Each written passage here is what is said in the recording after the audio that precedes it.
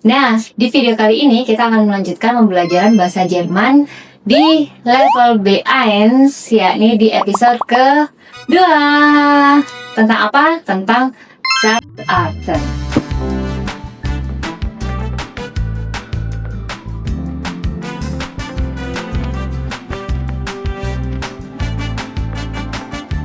Halo semuanya, wie geht's euch? Apa kabar kalian? Selamat datang di pembelajaran bahasa Jerman otodidak bersama Dengspa. Bagi yang baru di channel ini, kenalin aku Gerindra Brani Puspa.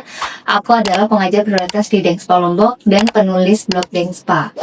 Kalian bisa baca semua tulisan aku tentang Jerman, Jerman Mandiri, belajar bahasa Jerman di www.dengspa.com. Di channel ini biasanya kita membahas belajar bahasa Jerman bareng secara otodidak, kemudian tips-tips seputar bahasa Jerman dan program Jerman Mandiri, dan juga kehidupan menetap di Indonesia setelah lama tinggal di Jerman. Nah, di video kali ini kita akan melanjutkan pembelajaran bahasa Jerman di level B1, yakni di episode kedua. Tentang apa? Tentang Satzarten, ya. Nah, sebelum kita mulai pembelajarannya, aku mau promo sedikit dulu ya. Kalau kalian lagi nyari kursus bahasa Jerman dengan harga yang terjangkau tapi fasilitasnya wow, kalian bisa cek di Dengspa Online untuk kursus bahasa Jerman online dan Dengspa Lombok untuk kursus bahasa Jerman offline. Di Dengspa Lombok kalian bakal ketemu sama natif dan bakal berinteraksi dengan natif. Dan jangan khawatir, bagi yang datang dari luar Lombok, kita ada manajemen akomodasi untuk membantu kalian menemukan akomodasi sesuai dengan budget kalian. Di Dengspa kita juga ada speaking club yang bisa improve bahasa Jerman kalian, yang bisa ngeboost dan bisa kalian gunakan untuk latihan sprechen, terutama sprechen bersama natif. Dan seperti yang aku bilang, kalian juga bisa latihan sendiri, banyak-banyak baca buku, banyak-banyak lihat video, podcast, siaran YouTube, dan apa aja yang kalian suka untuk menambah kosakata kalian. Nah, dari Dengspa sendiri kita juga ada buku pembelajaran bahasa Jerman ya, yang judulnya Traum. Ini buku ini levelnya A1 bis B1 ya, jadi ada level yang mudah, ada level sedang, A2, dan level B1. Di sini kalian juga bisa mengerjakan tugas-tugasnya ya. Jadi ini novel, jadi novel untuk pembelajaran. Di sini ada banyak sekali soal-soal yang bisa kalian kerjakan. Dan gongnya lagi nih teman-teman, kalian gak hanya belajar kosakata, tapi juga belajar sprechen ya, Aussprache, pronunciation dari audiobook. Jadi di barcode ini kalian bisa scan. Dan tips dari aku, dulu aku juga improve pronunciation ya, Aussprache itu dengan mendengarkan orang Jerman ngomong kemudian sambil baca. Jadi aku pelajari Satz melodinya, intonasinya, itu bakal bagus banget untuk melatih Aussprache kalian. Ya, jangan lupa kalian bisa purchase buku ini. Kalau bentuknya digital itu di link ID, linknya aku cantumkan di bawah. Kalau kalian butuh buku fisiknya, kalian juga bisa mampir di Dengspa Shop di Shopee. Nah, sebelum kita masuk ke pembelajarannya, jangan lupa like dan subscribe ya. Dan jangan lupa siapkan kopi dan catatannya supaya kalian lebih fokus dan lebih bisa konsentrasi di pembelajaran ini. Yuk! Nah, hari ini kita belajar apa sih, Kak? Hari ini, seperti yang aku bilang ya, di level B1 itu pelajaran gramatiknya itu hanya pengulangan teman-teman. Jadi nggak ada yang benar-benar baru. Kalau kalian belum nonton episode 0 dan 1 ya di B1 ini, aku akan jelaskan lagi bahwa kalian itu kalau udah B1, kalian tuh udah nggak belajar gramatik lagi. Jadi intinya kalian harus nambah kosakata, jadi kalian harus sering ngedengerin orang natif ngobrol, kemudian kalian juga harus sering nulis ya, sering latihan sendiri, dan gramatik itu hanya pengulangan aja. Seperti yang aku akan jelaskan di episode kali ini, kita akan pengulangan Satzarten ya. Apa tuh Satzarten? Nah, pasti bisa menebak ya. Satz itu sendiri adalah kalimat, Arten adalah jenis-jenis. Nah, berarti jenis-jenis kalimat. Nah, sebelum kita masuk ke jenis-jenis kalimatnya, sebenarnya dalam bahasa Jerman itu tidak sesulit yang kita bayangkan ya, teman-teman. Kalau kita mau mulai menerima ya kaidah bahasa Jerman dan meninggalkan kaidah bahasa Indonesia yang telah kita pelajari, kita itu bakal cepat banget belajar bahasa Jermannya. Nah, dalam bahasa Jerman, Satzarten itu terdiri dari dua ya, jadi ada Hauptsatz dan juga ada Nebensatz. Nah, sebelumnya aku juga sudah pernah jelaskan ya di materi A2, apa sih Hauptsatz sama Nebensatz itu, apa yang membedakannya, apa ciri-cirinya. Nah, Hauptsatz adalah ganz genau, kalimat yang bisa berdiri sendiri. Kalau Nebensatz itu anak kalimat.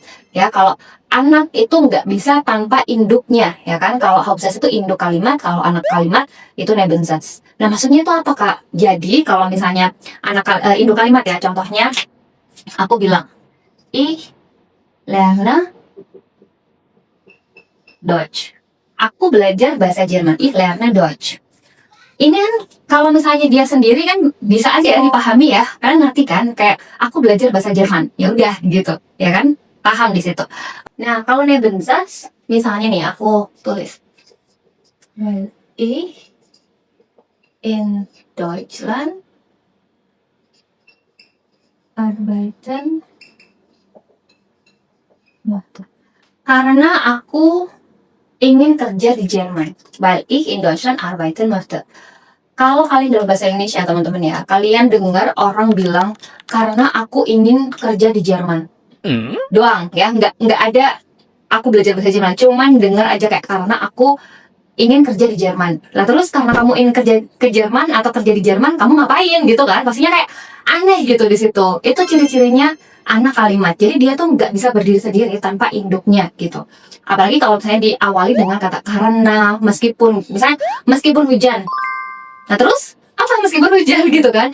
Harus ada tuh meskipun hujan aku tetap pergi kerja gitu kan. Nah itu harus dipahami dulu sampai di sini. Kadang dalam bahasa Indonesia pun kita lupa kan dulu pelajaran induk sama anak kalimat itu seperti apa. Nah aku ingetin lagi ya teman-teman di situ. Nah itu dulu dasar dari kalian memahami anak kalimat dan induk kalimat. Sampai di sini paham ya? Oke, kalau paham kita lanjutin pembelajarannya. Kalau kalian udah paham dalam bahasa Indonesia, oke, induk kalimat bisa berdiri sendiri, anak kalimat tidak bisa berdiri sendiri. Nah, ciri-ciri dalam bahasa Indonesia sama dalam bahasa Jerman itu beda banget teman-teman. Ciri-ciri pertama dalam bahasa Jerman ya, itu verbnya itu harus ada di posisi kedua. Verb adalah kata kerja ya, dia berada di posisi kedua. Ya. Kemudian kalau Nebensatz itu verbnya rata-rata dia berada di posisi terakhir. Ya, harusnya kalau nggak ada while, ya nggak ada while, möchte-nya ini aku taruh di posisi kedua setelah ich gitu. Ich möchte in Deutschland arbeiten. Ya, aku ingin bekerja di Jerman. Nggak ada karena ya. Nah, itu Hauptsatz kalau kayak gitu. Begitu dia ketambahan while ini adalah konektor yang menandai dia menjadikan kalimat itu anak kalimat gitu. Ya, makanya dia kata kerjanya dia digeser ke posisi belakang. Jadi itu aja ciri-cirinya ya. Ciri-ciri anak kalimat itu biasanya kata kerja terletak di posisi belakang. Kemudian kalau induk kalimat kata kerja ada di posisi kedua. Ya, paham dulu ya sampai di sini. Nah, kenapa aku tekankan berkali-kali teman-teman? Karena biasanya kita sebagai pembelajar baru ya, kita tuh enggan banget, kayak nolak banget nih kata kerja di posisi belakang. Kayak aneh banget nggak sih Kak? Iya, memang aneh banget. Aku pun juga melalui fase itu, dimana semuanya tuh kayak kedengaran aneh, nggak wajar gitu ya. Tapi itu yang benar teman-teman ya. Jadi pastikan kalau ada kata while, obwohl, als, when, nanti aku jelaskan semuanya ya. Itu kalian harus menggeser semua kata kerjanya ada di posisi belakang ya. Kata kerja yang tadinya ada di posisi kedua itu berada di posisi belakang. Oke, sampai di sini cukup jelas ya pemahamannya tentang posisi kata kerjanya. Ya, aku lanjut sekarang. Oke, Hauptsatz itu sendiri teman-teman terdiri dari tiga jenis yakni Aussagesatz, Aussage ya, Aussagesatz. Aku tulis Aussage aja ya biar nggak terlalu panjang. Ini adalah pernyataan. Ya seperti apa? Seperti ini, menyatakan sesuatu. Ya, kata kerjanya ada di posisi kedua. Kemudian ada Fragesatz. Ini adalah kalimat tanya. Ya, kalimat tanya itu pun terdiri dari dua. Ada yang memakai B-Frage. B-Frage ini adalah kata tanya yang diawali dengan huruf B. Ya, kalian pasti udah tahu ya, kayak was, warum, wofür, wohin, kemudian wo, ya itu banyak sekali. Kalian bisa tonton video A1 kalau kalian belum mengetahui semua kata menggunakan wo ya, itu banyak banget. Ya, itu biasanya kalau ini juga posisi verb itu ada di posisi kedua, position 2. Contohnya kayak gimana? Misalnya, aku belajar bahasa Jerman ya, berarti kenapa atau mengapa kamu belajar bahasa Jerman? Itu kan kata tanyanya warum ya, warum. Ini B-Frage-nya. Posisi kedua tetap ditempati oleh kata kerja. Kata kerjanya apa? Lernen. Nah, karena ini ich lerne, kalau du berarti du lernst ya. Warum lernst du Deutsch? Ya, mengapa kamu belajar bahasa Jerman? Ini di posisi kedua. Kemudian Jenis yang kedua adalah ya nein. Kalimat tanya yang jawabannya ya atau tidak. Nah, kalau ini berarti kata kerjanya menempati posisi pertama. Ya, meskipun itu Hauptsatz, tapi kalau dia kalimat tanya yang jawabannya ya atau enggak, itu kata kerjanya ada di posisi pertama. Nah, kalau ini berarti kata kerjanya yang mana? Ini kan kata kerjanya lernen. Berarti lernst du Deutsch? Apakah kamu belajar bahasa Jerman gitu kan? Nah, ini juga biasanya membingungkan ya untuk belajar Indonesia, karena kita tuh kalau mau memformulasikan kalimat yang apakah itu selalu ditambahkan was. Padahal was itu adalah apa, bukan apakah. Ya, kalau apakah itu selalu diawali dengan kata kerja. Misalnya, apakah kamu makan bakso, berarti makannya itu teman-teman yang ada di posisi 1. Bukan apa, bukan was, tapi makan. Ya, berarti is du bakso gitu. Apakah kamu belajar matematika? Ya, berarti belajarnya itu yang ada di posisi pertama gitu. Ya, beda juga dalam bahasa Inggris kan. Kalau bahasa Inggris biasanya do or does ya. Kalau bahasa Jerman itu kata kerja menempati posisi pertama. Nah, ini pengulangan juga ya teman-teman. Kalian harus udah cukup lihai nih untuk membentuk kalimat ini. Oke, yang ketiga adalah Aufforderungssatz. Nah, Aufforderung ini adalah kalimat imperatif ya, kalimat perintah di sini. Kalau kalimat perintah itu kalian juga sudah pernah belajar sebelumnya di A1 ya, imperatif. Kalian bisa cek videonya. Dan ini juga gampang banget teman-teman. Kalau kalimat perintah itu mirip-mirip sama ini posisinya ya. Ya, jadi kata kerja ada di posisi pertama gitu. Misalnya, belajar bahasa Jerman dong, gitu. Belajar bahasa Jerman lu, gitu. Jadi belajar dulu itu yang ada di posisi pertama. Ya, jadi Lern Deutsch. Hanya ini aja, dunia hilang. Ya. Nah, kalau gitu, kalau kalian belum belajar tentang imperatif Satz ya atau kalimat perintah, silakan kalian tonton dulu di video ini. Ya, di situ aku jelaskan semua ciri-cirinya dan semua kategori-kategorinya ya. Kenapa kalau do itu hilang st-nya, kemudian ir, kemudian bentuk z, itu udah aku jelaskan semuanya. Silakan ditonton dulu. Di sini aku akan mengulangi aja ya teman-teman jenis-jenis kalimat. Ya, jadi sekarang kalian udah paham ya jenis-jenis kalimat. Ada apa tadi yang Hauptsatz? Kenal, ada Aussagesatz, yakni kalimat pernyataan, ada Fragesatz, kalimat pertanyaan, kemudian ada Aufforderungssatz, richtig, kalimat perintah. Ya, sampai di sini cukup dipahami ya. Sehr gut. Nah, untuk menjelaskan Nebensatz ini ada banyak banget ya, BTW kita akan masuk ke buku aja ya. Yes. Oke, sekarang kita sudah masuk ke buku ya, aku akan share screen dulu. Jadi Nebensatz atau anak kalimat itu, teman-teman, seperti yang aku jelaskan tadi ya, Nebensätze können nicht alleine stehen. Ya, artinya Nebensatz itu atau anak kalimat itu tidak bisa berdiri sendiri.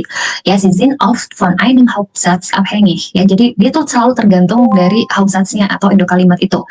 Nah, di sini ada beberapa jenis ya, ada banyak jenis. Dan aku saranin buat teman-teman, kalian jangan mati-matian hafal semuanya. Jadi kalian pelajari yang sering kalian butuhin aja, yang kira-kira sering kalian gunakan aja.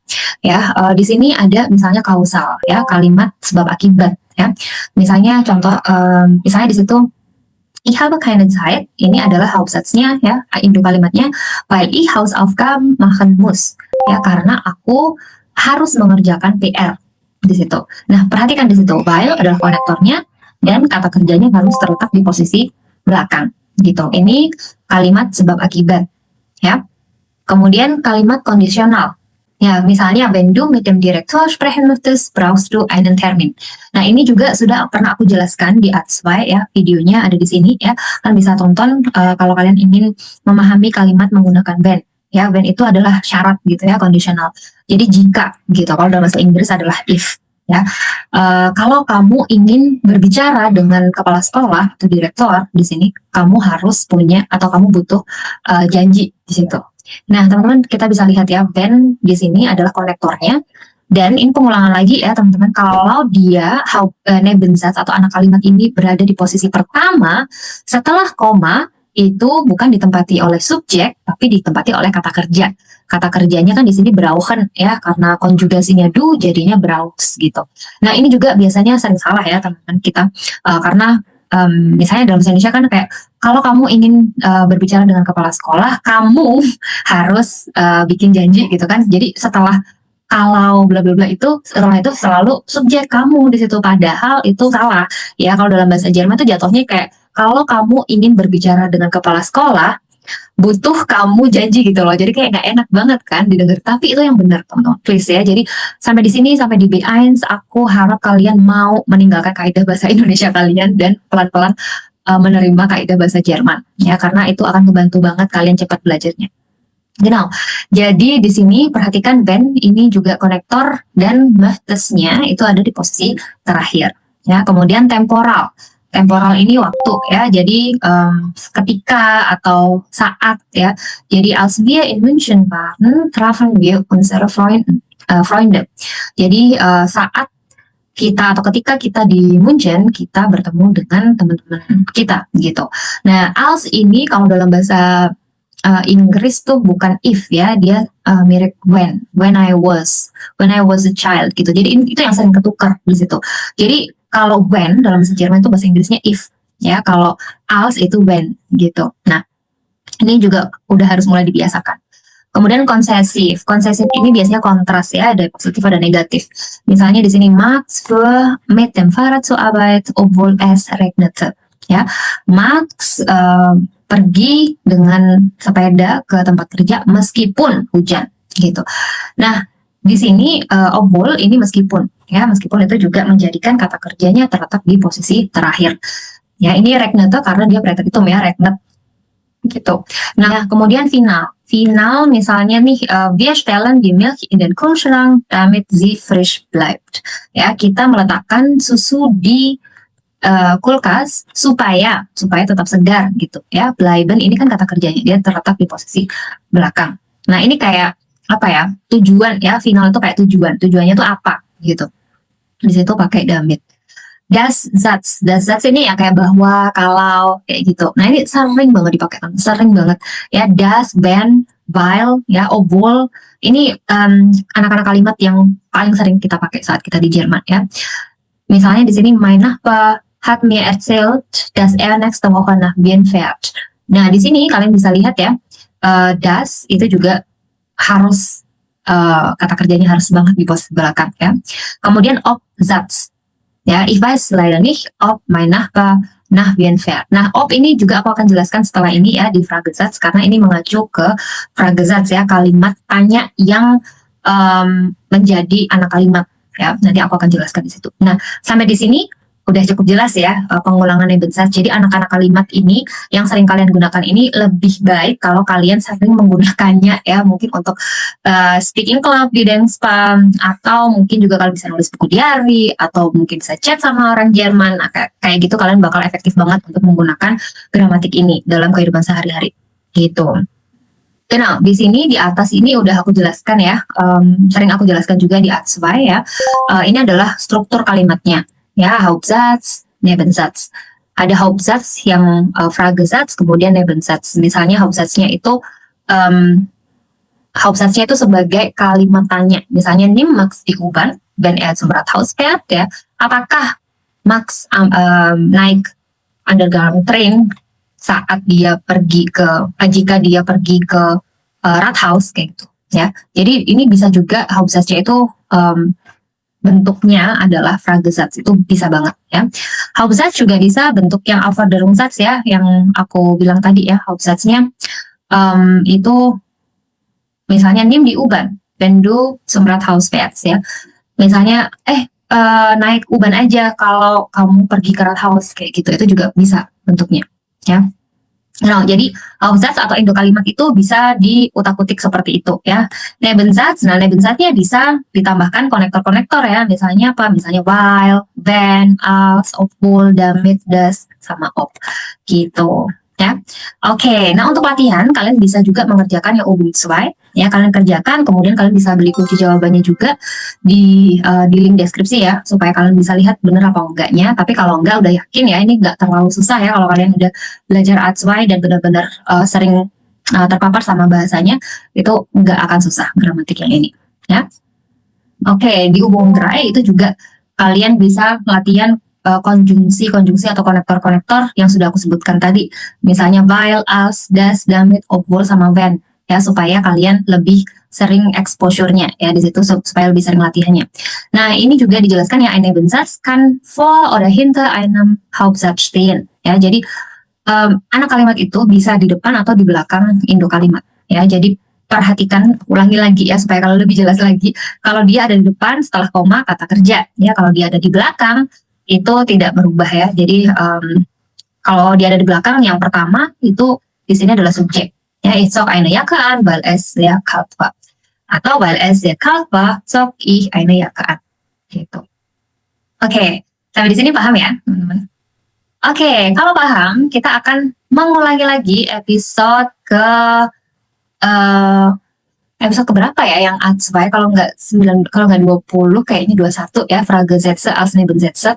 Nah, ini baru aja kalian pelajari ya, dan kita udah belajar lagi. Nah, namanya B1 itu hanya pengulangan aja supaya kalian tuh lebih mantap, lebih yakin, lebih terpapar lagi, dan lebih sering menggunakan gramatik itu, makanya diulang-ulang lagi. Nah, kenapa ya diulangi? Karena ini sepenting itu teman-teman di Jerman ya, kalian bakal sering menggunakan Fragesätze ini ya. Nah, di sini kalian bisa lihat ya, kalau Fragesätze-nya, kalau Nebensatznya itu diawali dengan kata tanya, B-Frage tadi, ya tinggal di seperti ini. Misalnya, di sini, warum hat Lena nicht geantwortet? Ya, kenapa Lena tidak menjawab? Aku tidak tahu kenapa Lena tidak menjawab gitu. Jadi di situ tinggal dirubah ya, tinggal dirubah kata kerjanya harus terletak di posisi belakang. Ya, harusnya kan Lena hat nicht geantwortet. Ya, Lena hat nicht geantwortet. Nah, karena dia menjadi Nebensatz karena di sini ditambahkan warum di situ, karena ada kata kerja gitu di situ. Karena ada kata tanya di situ, makanya hatnya ini diletakkan di posisi belakang. Ja, in einem Nebensatz steht das Verb am Ende. Trennbare Verben schreibt man am Ende zusammen. Ya, misalnya di sini wann. Ya, wann ini kan tadi yang Fragesatz ya, Hauptsatz gitu, yang induk kalimat kayak kalimat tanya gitu. Wann kommt Paul an? Ya, kapan Paul datang atau tiba ya? Ini kan dia terpisah ya, teman-teman, kommt an. Nah, kalau seperti itu kita tinggal menggabungkan jadi satu aja dan diletakkan di posisi belakang. Ich weiß nicht wann Paul ankommt. Ya, aku nggak tahu kapan Paul datang. Nah, kayak gitu aja sebenarnya, gampang banget. Ya, jadi perlu diperhatikan juga kalau misalnya dalam bahasa Indonesia kan aku tidak tahu kapan Paul datang, kan tetap kayak gitu ya. Nggak ada perubahan gitu. Nah, kalau dalam bahasa Jerman itu kata kerja harus terletak di posisi belakang. Ya. Oke, nah ini nanti kalian bisa kerjakan juga ya, Umum 4. Kemudian kalau kalimat tanyanya itu diawali dengan apakah ya, diawali dengan kata kerja yang udah jelaskan tadi ya, itu kalian harus menambahkan op ya. Op ini seperti dalam bahasa Inggris whether ya. Misalnya di sini kommt Peter pünktlich, apakah Peter datang tepat waktu ya? Ya oder nein, ya atau enggak. Ya, terus kita jawab ya nggak tahu, aku nggak tahu apakah Peter datang tepat waktu. Nah, itu kita bisa tambahkan kata op. Makanya tadi ya Sätze ya, Obsatz atau kata kalimat yang menggunakan op. Nah, itu aku jelaskan seperti ini ya. Jadi aku tidak tahu apakah Peter datang tepat waktu. Jadi datangnya itu ada di posisi belakang. Biasanya ditambahkan oleh nih atau tidak ya. Kayak aku nggak tahu apakah Peter datang tepat waktu atau tidak gitu. Nah, seperti itu teman-teman. Nah, kalau dalam bahasa Inggris ya tinggal, kalau kalian udah pernah belajar bahasa Inggris ya tinggal mencocokkan aja whether gitu, whether or not. Nah, itu bisa lebih gampang mungkin pemahamannya. Nah, kalau bahasa Indonesia ya tinggal tambahkan apakah ya di situ, nggak susah kalau bahasa Indonesia karena nggak ada perubahan kata kerja di sana, nggak ada perubahan struktur kata kerja. Nah, kalau dalam bahasa Jerman perhatikan, begitu dia Nebensatz ya, apakah op, kemudian apakah itu kata tanya sebagai Nebensatz ya, itu kata kerja harus selalu diletakkan di posisi belakang.